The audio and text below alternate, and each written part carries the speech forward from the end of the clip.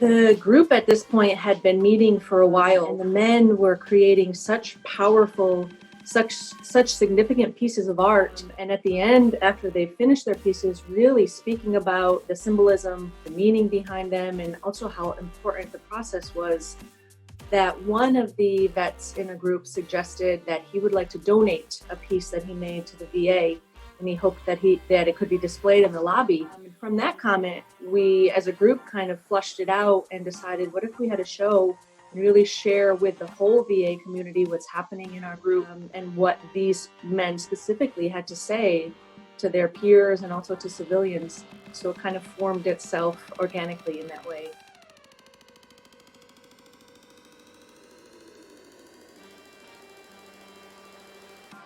There wasn't a theme. I left it really open, and that followed along the structure of the group in the way that I had been leading the group.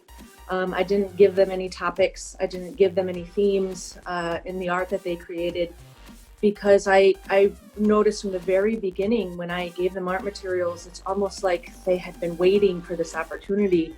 Stories came out and wishes came out and their trauma came out. So I just let them go with the materials and where the materials led them.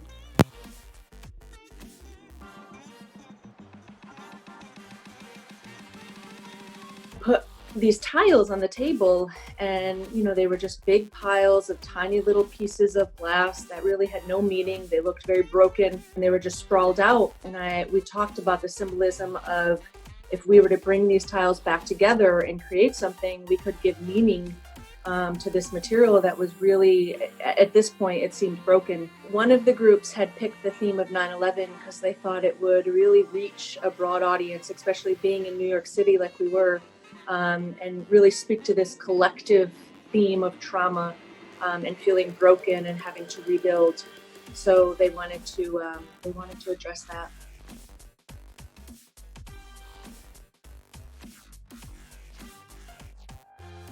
Panel was such an important part of this show.